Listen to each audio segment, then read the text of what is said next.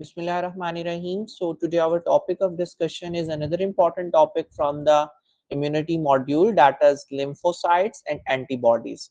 So in today's lecture we will be discussing about the various type of the lymphocytes, that are T lymphocytes and B lymphocytes, and then we will discuss about the antibodies, its different types and their important role, and the structure of antibody as well. So let's start. First of all हम discuss करते हैं कि हमारे पास lymphocytes की type कौन कौन सी हैं और उनमें डिफरेंशिएशन क्या है. सो यू शुड नो कि हमारी बॉडी के अंदर दो किस्म की इम्यूनिटी होती है. One is innate immunity and second one is acquired immunity. Acquired immunity फिर नेक्स्ट दो तरह की होती है. एक हमारे पास जो है वो टी सेल इम्यूनिटी होती है और एक बी सेल इम्यूनिटी होती है. टी सेल इम्यूनिटी को हम सेल मीडिएटेड इम्यूनिटी भी कहते हैं एंड बी सेल इम्यूनिटी को हम ह्यूमरल इम्यूनिटी भी कहते हैं. ये दो किस्म के लिम्फोसाइट्स होते हैं हमारी बॉडी के अंदर. एक को टी लिम्फोसाइट्स कहा जाता है और एक को बी लिम्फोसाइट्स कहा जाता है. इनकी डिफरेंशिएशन की बात करें, ओरिजिन जो है वो दोनों का सेम ही होता है, दोनों बोन मैरो से ही ओरिजिनेट करते हैं.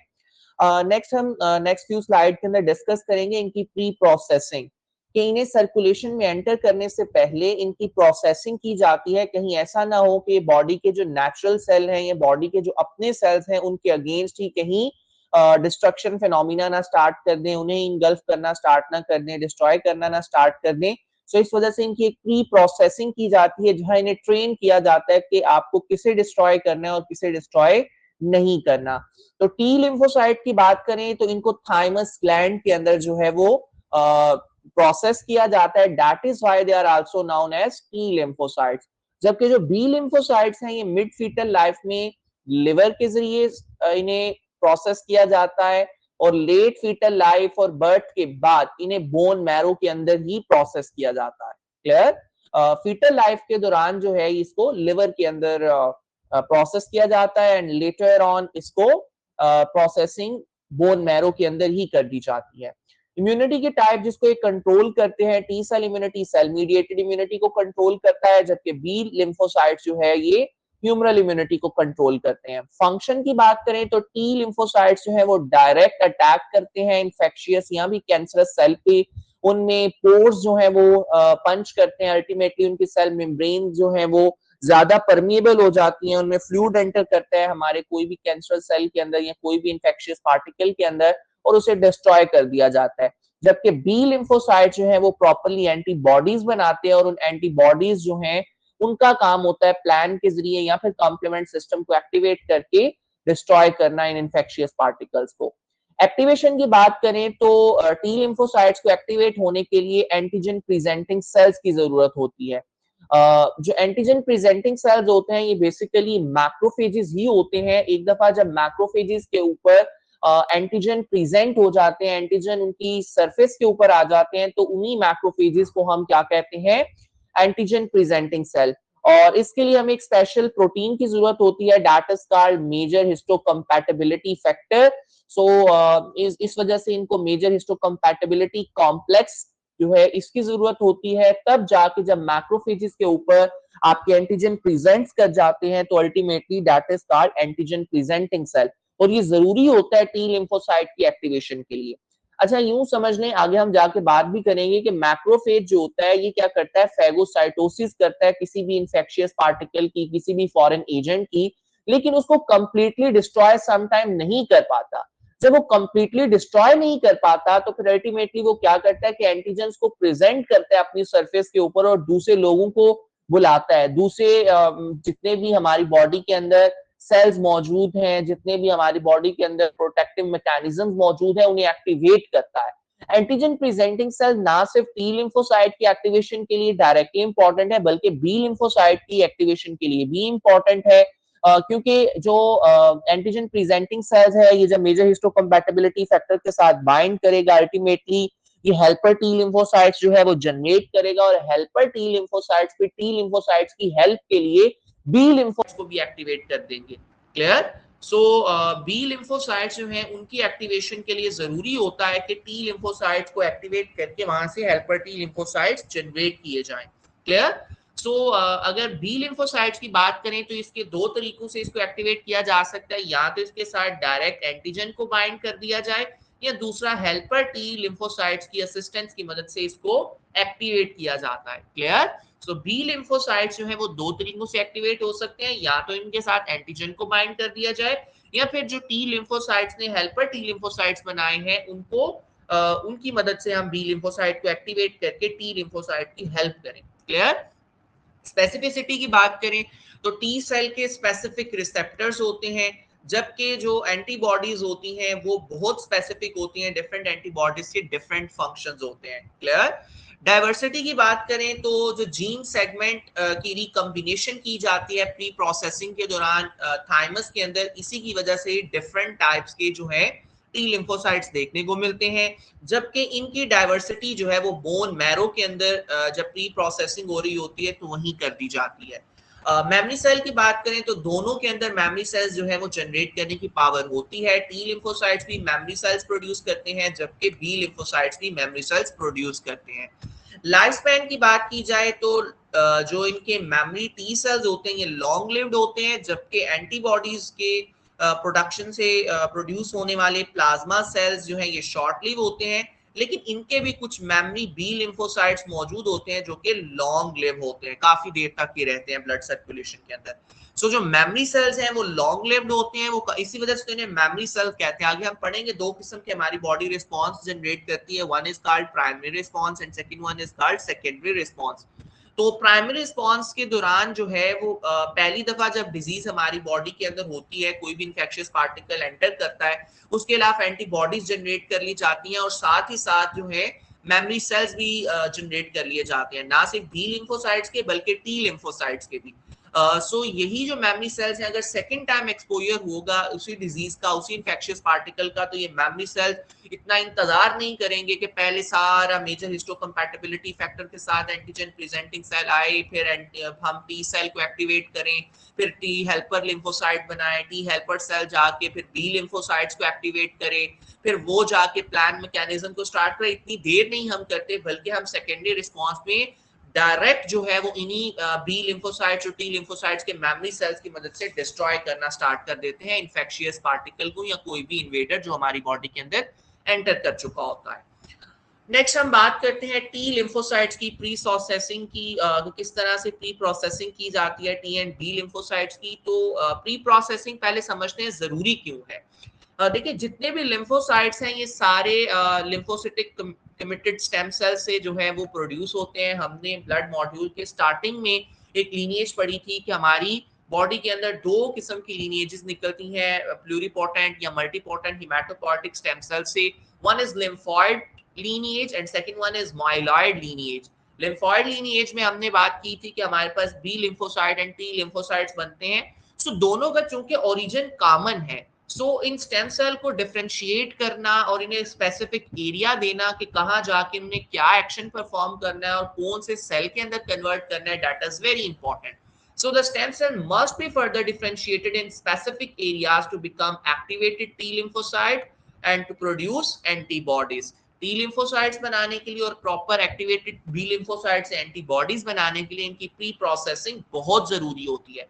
दूसरा इंपॉर्टेंट फैक्टर कि जिसकी वजह से हम प्री प्रोसेसिंग करते हैं, द रीजन कि हमने कोशिश करनी होती है कि इन एंटीबॉडीज से और इन टी लिम्फोसाइट्स जो एक्टिवेटेड टी लिम्फोसाइट्स हैं इनसे हमारी बॉडी के नेचुरल सेल्स को बचा के रखा जाए. सो this is very important. So first of all हम डिस्कस करते हैं कि टी लिम्फोसाइट्स की किस तरीके से एक्टिवेशन होती है और प्री प्रोसेसिंग होती है. सो प्री प्रोसेसिंग हमने पहले बात की कि थाइमस में होगी. तो फर्स्ट ऑफ ऑल जब बोन मैरो से सिंथेसाइज कर लिया जाएगा इनके बेसिक सेल्स को, टी लिम्फोसाइट्स के बेसिक प्रिकर्सर सेल्स को, तो उन्हें थाइमस में भेजा जाएगा. थाइमस के अंदर टी लिम्फोसाइट्स को एक्सट्रीम डाइवर्सिटी प्रोवाइड की जाएगी, प्रॉपर तरीके से उनकी रिकम्बिनेशन की जाएगी until के वो इतनी स्पेसिफिसिटी एक्वायर कर लेंगे कि डिफरेंट एंटीजन को डिफरेंटली रिस्पॉन्ड करने के काबिल होंगे. ये जो प्रोसेस होता है इसके नतीजे में डिफरेंट टाइप के हमारे पास थाइमिक लिम्फोसाइट्स बनते हैं और हर लिम्फोसाइट एक स्पेसिफिक और एक यूनिक एंटीजन को ही रिस्पॉन्ड करता है. सो पहले तो हम थाइमस के अंदर ट्रांसफर करते हैं इन लिम्फोसाइट्स को, फिर इनको स्पेसिफिक इनका रोल दे दिया जाता है, असाइन कर दिया जाता है, इन्हें डिफरेंशिएट कर दिया जाता है। फिर एक बहुत इंपॉर्टेंट स्टेप होता है that is called self antigen testing.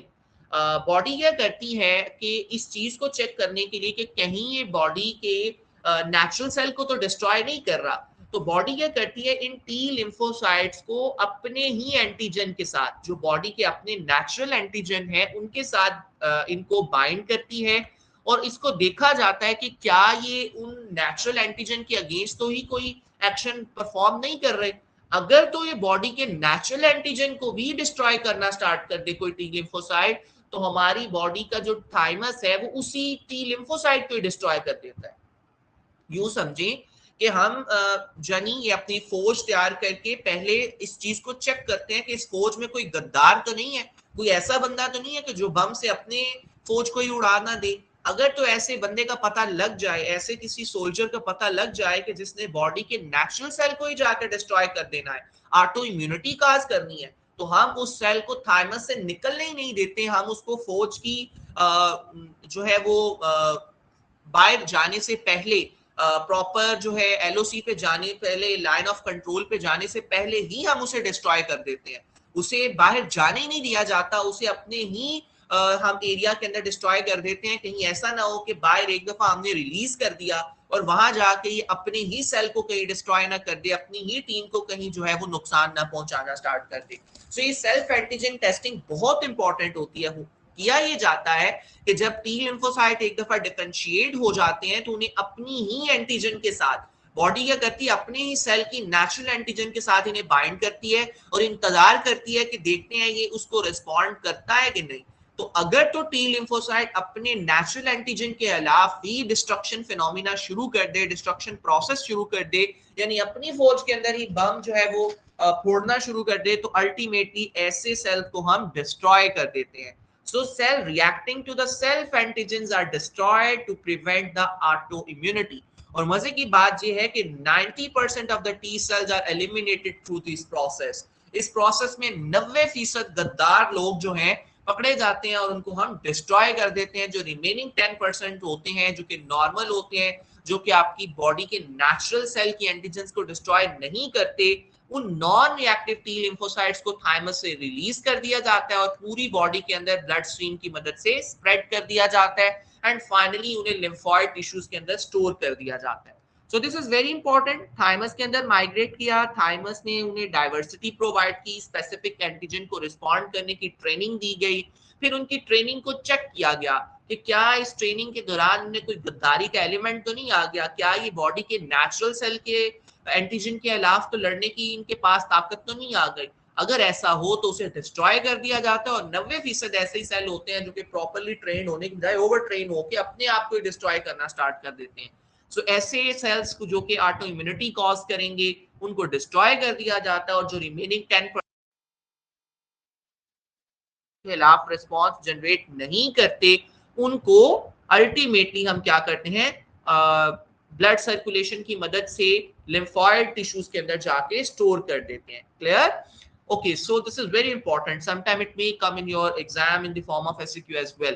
Okay, so pre processing की टाइमिंग की बात की जाए तो याद रखें जितने भी टी लिम्फोसाइट्स होते हैं इन्हें जब बर्थ होती है उससे शॉर्टली थोड़ी देर पहले और बर्थ के बाद जो है ultimately with in few years, with in few months इनको प्रॉपर ट्रेनिंग दे के लिम्फॉइड टिश्यूज के अंदर स्टोर कर दिया जाता है। And removal of the thymus, if we remove the thymus shortly before the birth can prevent the development of the cell mediated immunity.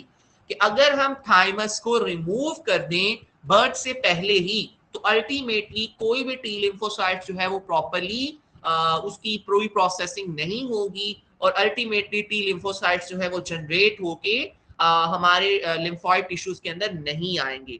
So the removal of the thymus before birth reduces the likelihood of the organ transplant rejection due to diminished cell mediated immunity. So इसमें एक बड़ी clinical relevance है। Sometime हम intentionally भी जो है वो remove करते हैं इस thymus को हम remove कर देते हैं just before the birth by various radiological methods, by various radiations की मदद से, हम रेडियोलॉजिकल मेथड्स को यूज करते हैं, हम थाइमस को डिस्ट्रॉय कर देते हैं। अब इसको डिस्ट्रॉय इस वजह से किया जाता है कि समटाइम अल्ट्रासोनोग्राफी के दौरान या बेबी की डेवलपमेंट के दौरान ये ऑब्जर्व किया जाता है कि बेबी के कोई स्पेसिफिक आर्गन जो है वो प्रॉपरली नहीं प्रोड्यूस हो सका, उसकी प्रॉपर डेवलपमेंट नहीं हो सकी, तो डॉक्टर प्लान करते हैं कि आफ्टर द बर्थ उसके स्पेसिफिक ऑर्गन को ट्रांसप्लांट कर दिया जाएगा विद द हेल्दी आर्गन।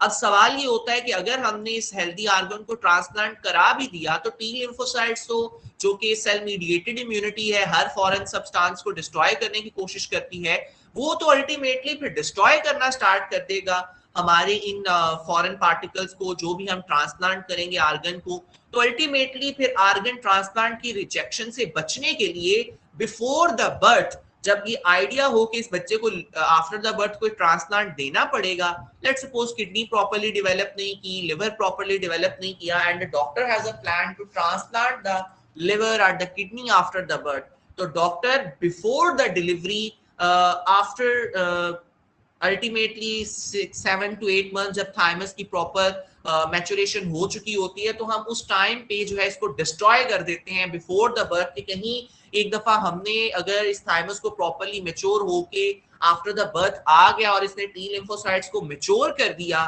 तो अल्टीमेटली ये तो फिर ऑर्गन रिजेक्शन की तरफ चला जाएगा। अब यहाँ सवाल ये पैदा होता है कि व्हाई बिफोर द बर्थ, तो द रीजन कि हमने ऊपर बात की कि shortly before the birth T lymphocytes की एक्टिवेशन शुरू हो जाती है। सो अगर हम 7 मंथ तक अगर जब प्रॉपरली मैच्योर हो चुका है थाइमस और अब वो अपना काम स्टार्ट करने वाला है 8th and 9th month of the gestation के दौरान, अगर हम 8th and 9th मंथ में नहीं डिस्ट्रॉय करेंगे तो अल्टीमेटली वो कुछ ना कुछ टी लिम्फोसाइट्स को एक्टिवेट रिजेक्शन कॉज कर सकेंगे, चाहे डिलेड फिनोमिना ही क्यों ना हो, लेकिन वो ऑर्गन रिजेक्शन तो अल्टीमेटली कॉज कर सकेंगे। सो अल्टीमेटली हम इनको प्रॉपरली प्रोसेस होने से पहले ही थाइमस को जो है वो रिमूव कर देते हैं। Clear? So it is sometimes asked why thymectomy is very much important whenever you have to transplant the organ and why it is done before the birth. The answer is very simple कि thymus जो है वो pre processing करता है T lymphocytes की, और T lymphocyte जो है वो ऑर्गन रिजेक्शन के अंदर रोल प्ले करते हैं। सो इस वजह से ऑर्गन रिजेक्शन से बचने के लिए हम टी लिम्फोसाइट्स को डिस्ट्रॉय कर देते हैं, इनकी प्री प्रोसेसिंग नहीं होने देते, और उसके लिए हम थाइमस को रिमूव कर देते हैं। Thymectomy mean removal of thymus. Clear? Okay, और बिफोर द बर्थ इस वजह से क्योंकि बिफोर द बर्थ मैच्योरेशन और प्री प्रोसेसिंग स्टार्ट हो जाती है। ओके, अब हम बात करते हैं बी लिम्फोसाइट की प्री प्रोसेसिंग की। फर्स्ट ऑफ ऑल, लोकेशन कहाँ बी लिम्फोसाइट की प्री प्रोसेसिंग होती है, वहां हमने बात की थी थाइमस में होती है, तो यहाँ मिड फीटल लाइफ में कहाँ हो रही होती है, लिवर के अंदर, and late foetal life after birth जो है ये बोन मैरो के अंदर हो रही होती है। क्लियर? अच्छा, अब इसमें होता ये है कि टी लिम्फोसाइट की तरह बी लिम्फोसाइट जो है वो कोई नेचुरल किलर सेल नहीं बनाते, रेदर बी लिम्फोसाइट जो है वो क्या प्रोड्यूस करते हैं, एंटीबॉडीज।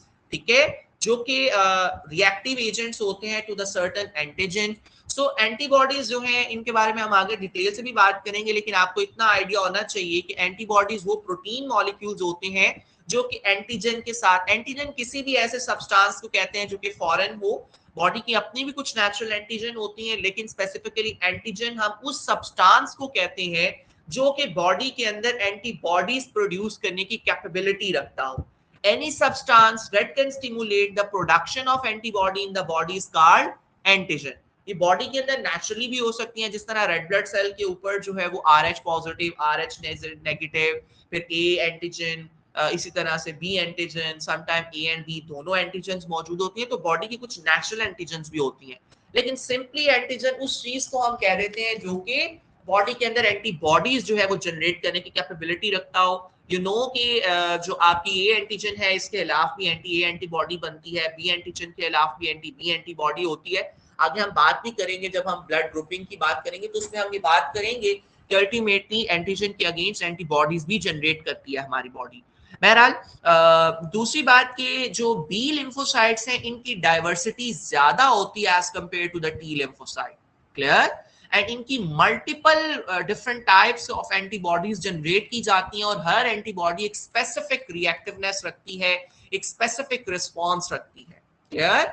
एंड इसमें एक बात याद रखिएगा कि एक दफा प्रोसेसिंग हो गई तो उसके बाद बी लिम्फोसाइट्स को हम लिम्फोइड टिश्यूज के अंदर स्टोर कर देते हैं और ये टी लिम्फोसाइट के एरिया के इर्द गिर्द ही लॉज होते हैं, वहीं ये इकट्ठे होते हैं, but are slightly removed from them.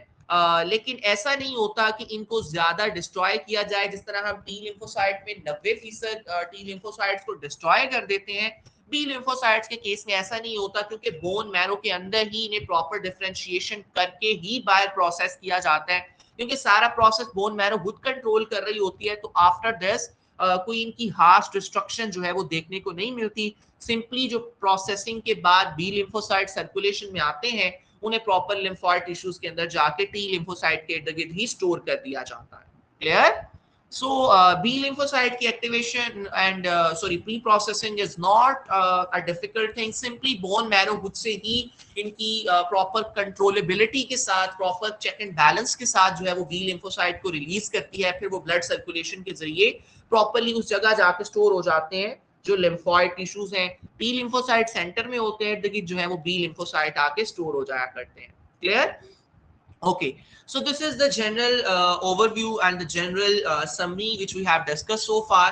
एक common lymphoid progenitor cell होता है जो hematopoietic stem cell से बना होता है, and होता ये है कि जो जिसने T lymphocyte बनाना होता है वो थाइमस के पास जाता है। थाइमस में इसकी सारी जो है वो प्री प्रोसेसिंग कर दी जाती है, और जो टी लिम्फोसाइट है देन फिर उसे पेरिफेरल लिम्फोइड टिश्यूज के अंदर स्टोर कर दिया जाता है, एंड फाइनली फिर इसको एक्टिवेट किया जाता है ultimately with the help of antigen presenting cell.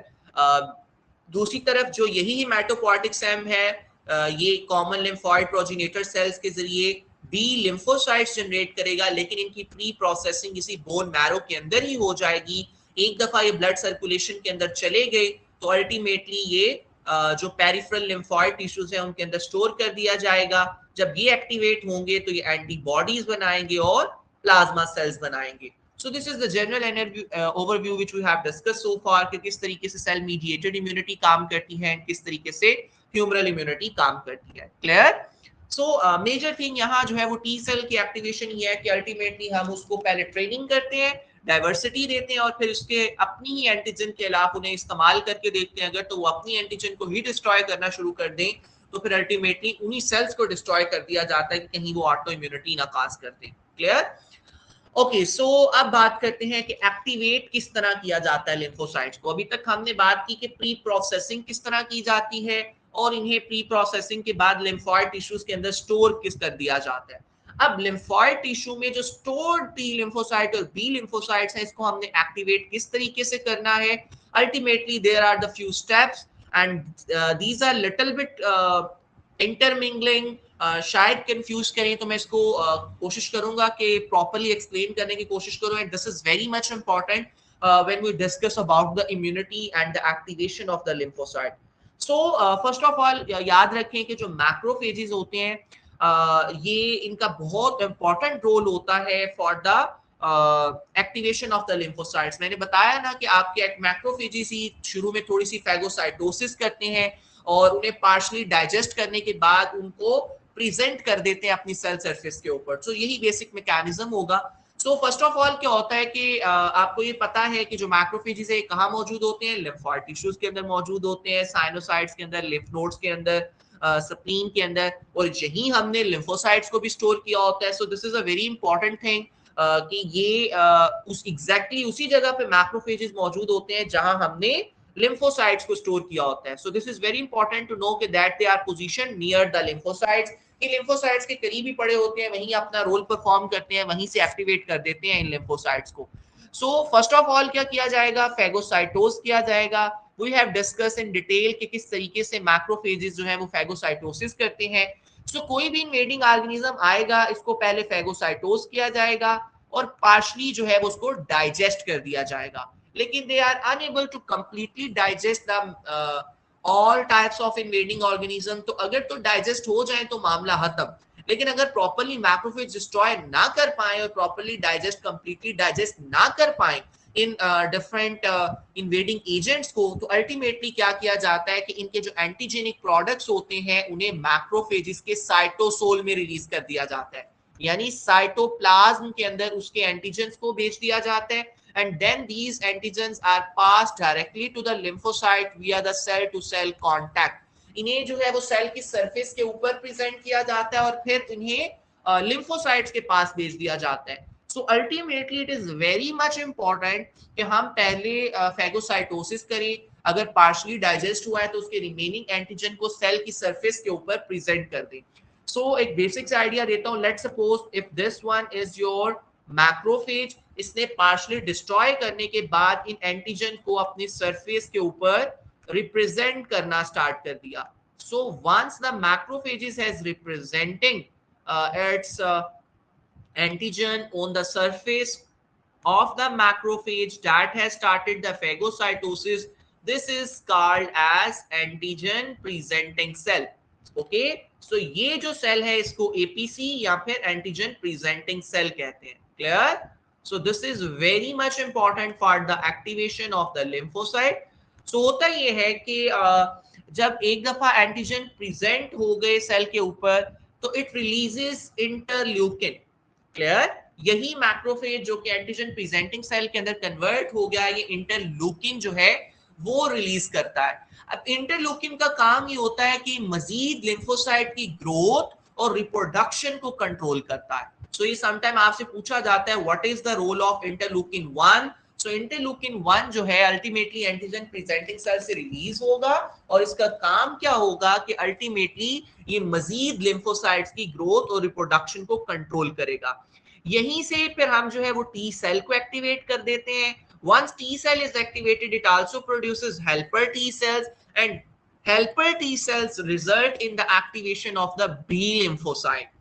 So start हुआ phenomena invading agent की phagocytosis से, partially digest किया. partially digest करने के बाद हमने remaining antigen को सेल की सरफेस के ऊपर प्रेजेंट कर दिया. जब सेल की सरफेस के ऊपर प्रेजेंट हो गया, once it is presented on the surface of the cell, तो अल्टीमेटली हमने सबसे पहले फेगोसाइटोसिस की, पार्शली डाइजेस्ट किया, एंटीजन प्रेजेंटिंग सेल बनाया. एंटीजन प्रेजेंटिंग सेल ने इंटरल्यूकिन 1 रिलीज किया, साथ ही साथ हेल्पर टी लिम्फोसाइट्स रिलीज किए और हेल्पर टी लिम्फोसाइट्स ने अल्टीमेटली जो है वो जाके बी लिम्फोसाइट्स को भी एक्टिवेट कर दिया. Clear? So that was the mechanism कि जिसके जरिए हमारे पास लिम्फोसाइट की एक्टिवेशन हुई. क्लियर?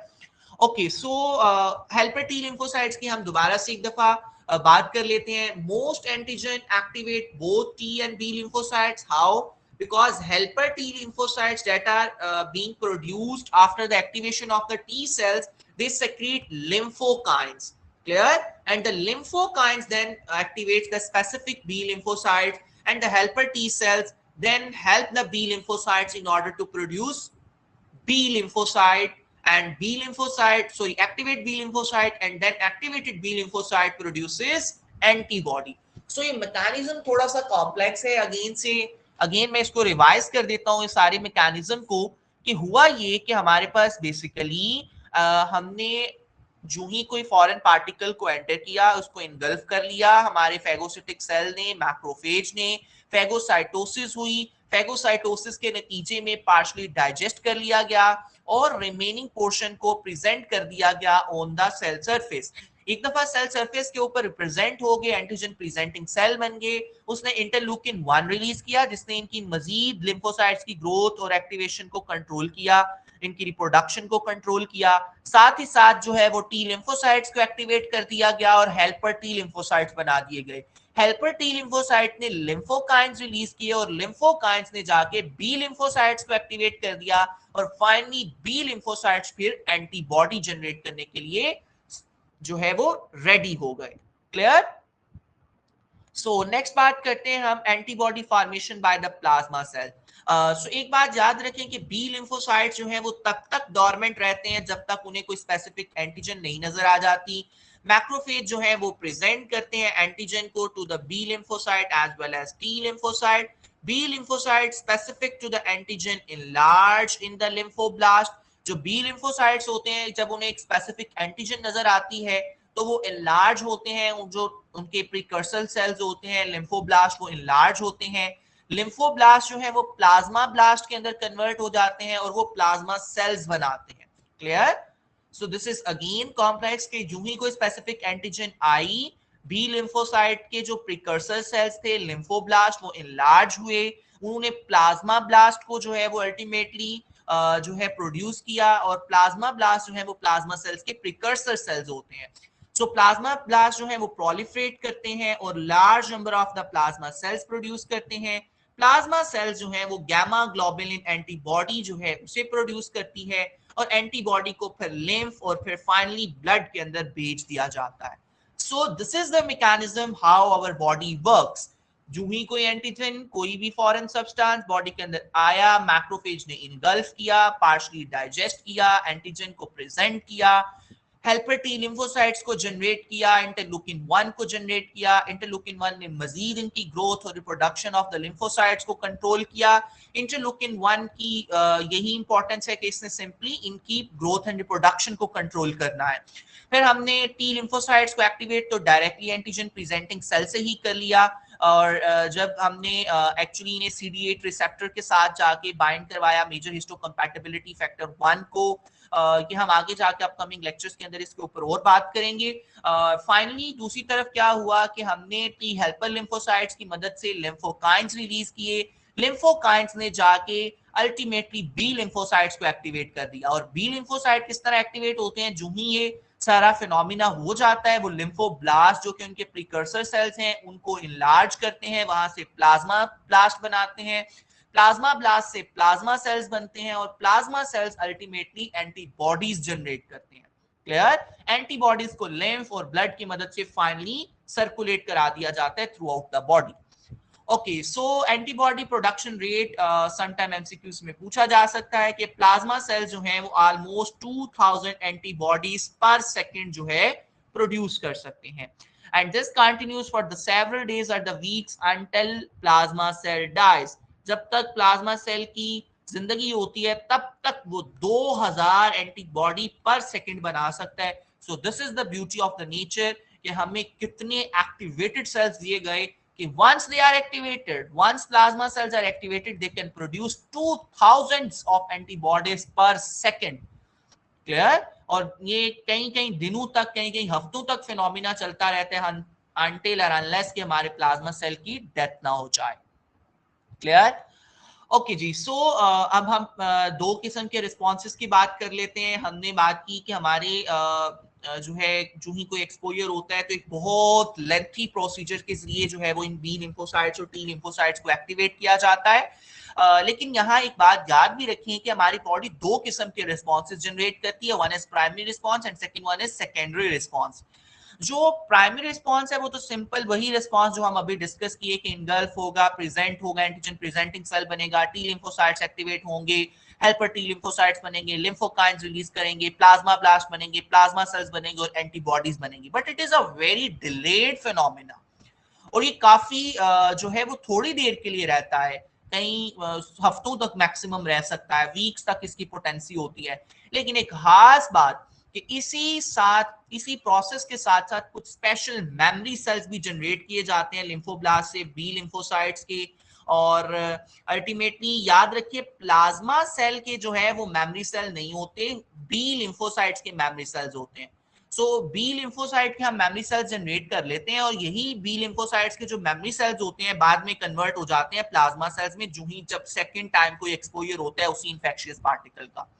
क्लियर? सो प्लाज्मा सेल्स को दोबारा से जनरेट किया जाता है अवेलेबल बी लिम्फोसाइट से। क्लियर? जब सेकंड टाइम रिस्पॉन्स शुरू होगा तो मामला बी लिम्फोसाइट की एक्टिवेशन से शुरू होगा।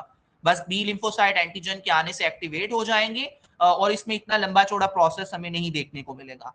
सो यही डिफरेंस है प्राइमरी और सेकेंडरी रिस्पॉन्स में कि जो प्राइमरी रिस्पॉन्स होता है इसमें एक हफ्ते तक का डिले होता है, क्योंकि सारा प्रोसेस होते होते एक्टिवेट होते होते एक हफ्ता तकरीबन लग जाता है, और ये शॉर्ट लिव्ड रिस्पॉन्स होता है। और ये वो रिस्पॉन्स होता है जब हम इनिशियली एंटीबॉडीज जो है वो सिरे से स्टार्ट करके जो है वो अल्टीमेटली जनरेट करते हैं। सेकेंडरी रिस्पॉन्स रैपिड होता है, विद एन आवर स्टार्ट हो जाता है और काफी देर तक रहता है। और इसमें क्या होता है कि एंटीबॉडी रिस्पॉन्स जो है वो बहुत इनहैंस्ड होता है, क्योंकि मेमोरी सेल्स जनरेट होते हैं, कुछ मेमोरी सेल्स जो है वो अपना रिस्पॉन्स जनरेट कर रहे होते हैं, कुछ नए सिरे से मजीद एंटीबॉडीज भी बनाई जाती हैं। क्लियर? वही सारा प्रोसेस रिपीट करके जो हम अभी तक डिस्कस कर चुके हैं। क्लियर? सो सेकेंडरी रिस्पॉन्स ज्यादा पोर्टेंट होगा। एक दफा डिजीज एंटर करेगी तो अल्टीमेटली उसे टाइम लगेगा रिकवर होते हुए, लेकिन अगर सेकेंड टाइम वही डिजीज एंटर करेगी, वही इंफेक्शियस पार्टिकल एंटर करेगा, तो अल्टीमेटली उसको डिस्ट्रॉय करना आसान होगा। Okay, no last but not the least, हम एंटीबॉडीज पे थोड़ी सी बात कर लेते हैं कि एंटीबॉडी क्या होती है। तो याद रखें, एंटीबॉडीज जो हैं ये बेसिकली गामा ग्लोबुलिन्स हैं, इनको इम्यूनोग्लोबुलिन्स भी कहा जाता है। मॉलिक्यूलर वेट की बात की जाए तो 1,60,000 से लेके 9,70,000 तक मॉलिक्यूलर वेट इनका होता है, और ये ऑलमोस्ट प्लाज्मा प्रोटीन का 20% होते हैं। That are just important for your MCQs. Clear? Okay, structure की बात करें तो these are the polypeptide chain, जिनके पास जो है वो लाइट चेन्स भी होती हैं और हैवी चेन्स भी होती हैं। और कुछ एंटीबॉडीज ऐसी भी होती हैं जिनके पास 10-10 हैवी चेन, 10-10 लाइट चेन्स होती हैं, डिफरेंट के अंदर डिफरेंट होती हैं। और ये हैवी और लाइट चेन जो है वो नॉन कोवलेंट बॉन्ड की मदद से, लाइट एंड हैवी चेन जो है वो आपस में जुड़ी होती हैं, और कोवलेंट बॉन्ड्स की मदद से डाइसल्फाइड। कोवलेंट बॉन्ड्स भी होते हैं, नॉन कोवलेंट बॉन्ड भी होते हैं, नेक्स्ट इनकी डायग्राम के अंदर हम डिस्कस करते हैं। And this is sometime important SCQ from your paper point of view, because you are supposed to draw the diagram of the antibody and you have to label it. Next slide के अंदर मैं आपको proper diagram भी दिखाऊंगा which you have to draw and label. अच्छा, heavy chains जो होती हैं ये एक दूसरे के पैरेलल होती हैं, एंड इनके साथ ही साथ लाइट चेन रन कर रही होती हैं, और हैवी और लाइट चेन का एक पेयर चल रहा होता है। And at least 2 and up to 10 such pairs in each immunoglobulin molecules are present. यानी 2 से लेके 10 तक हमें जो है वो हैवी और लाइट चेन के पेयर नजर आते हैं, डिपेंडिंग अपॉन कि कौन सी एंटीबॉडी की बात हो रही है।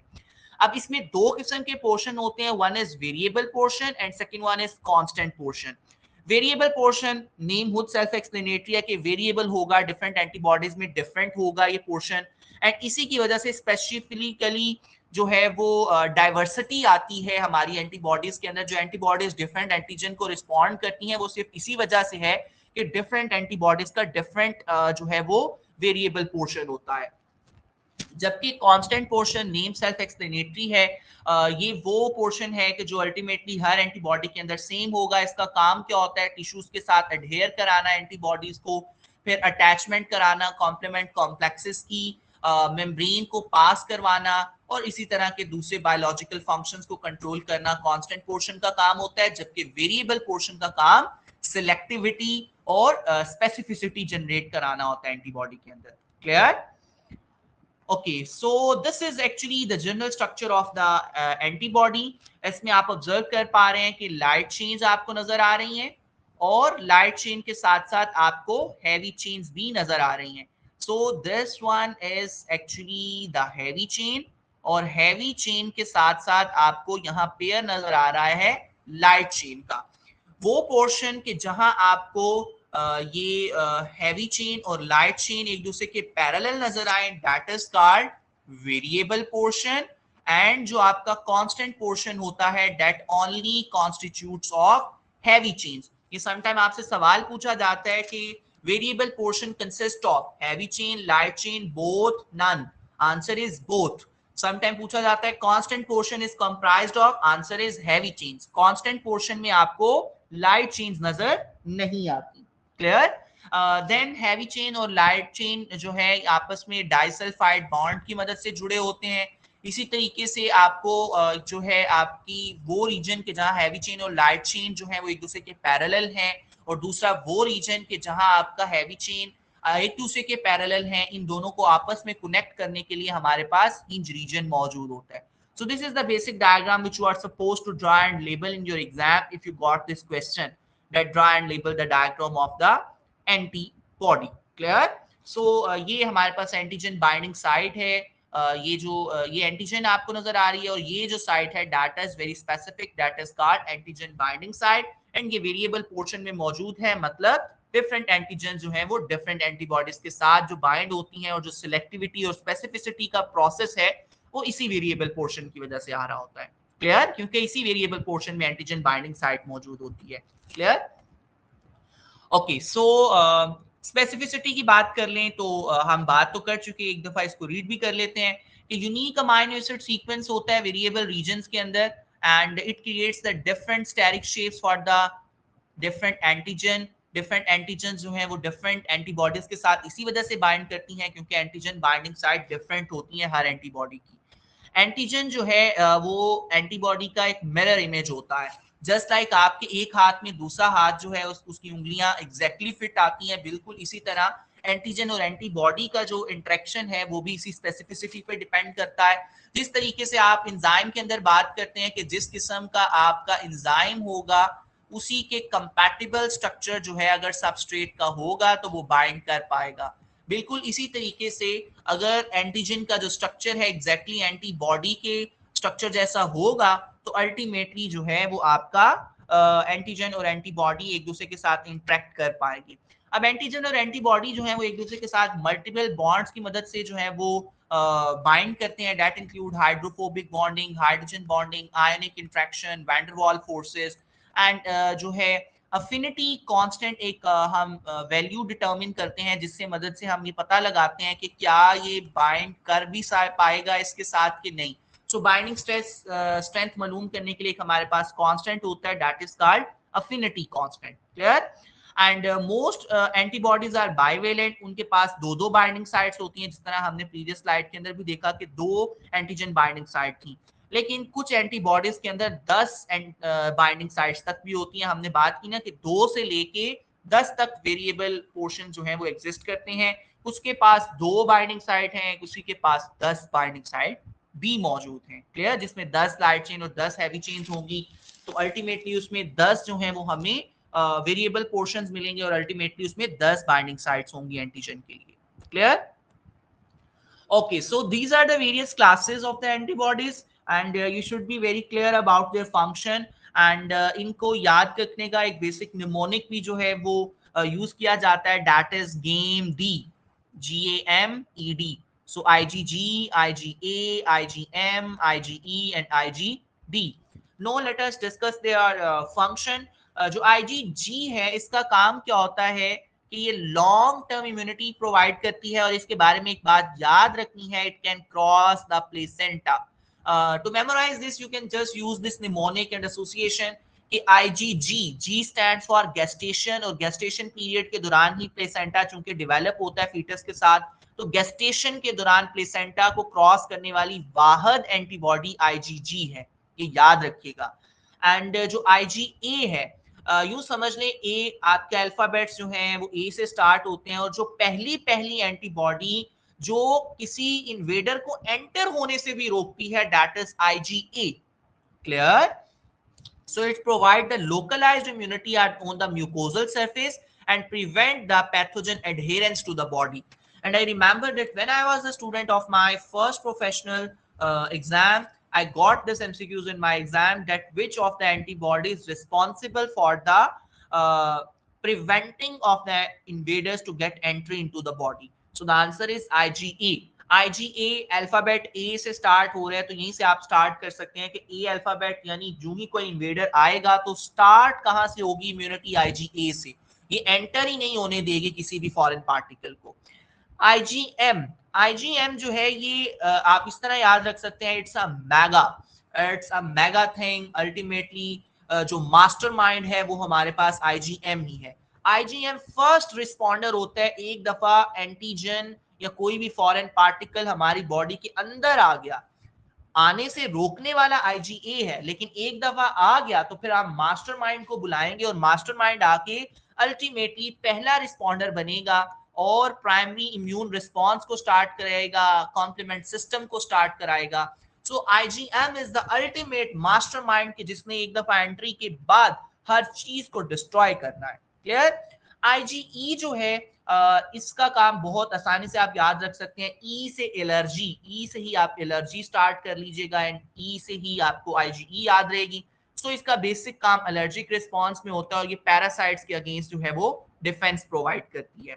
IgD जो है इसका फंक्शन सिंपल डिफरेंशिएशन कराना होता है between B cells and T cells। So it function as a receptor on the B cells for antigen recognition during immune response initiation, तो ये बेसिकली बी सेल्स के ऊपर एक रिसेप्टर के तौर पे काम करता है, डिफरेंशिएट कराता है, क्योंकि टी सेल के ऊपर टी सेल रिसेप्टर होते हैं, बी सेल्स के ऊपर बी सेल रिसेप्टर होंगे, तो ये डिफरेंशिएट कराता है बिटवीन टी सेल।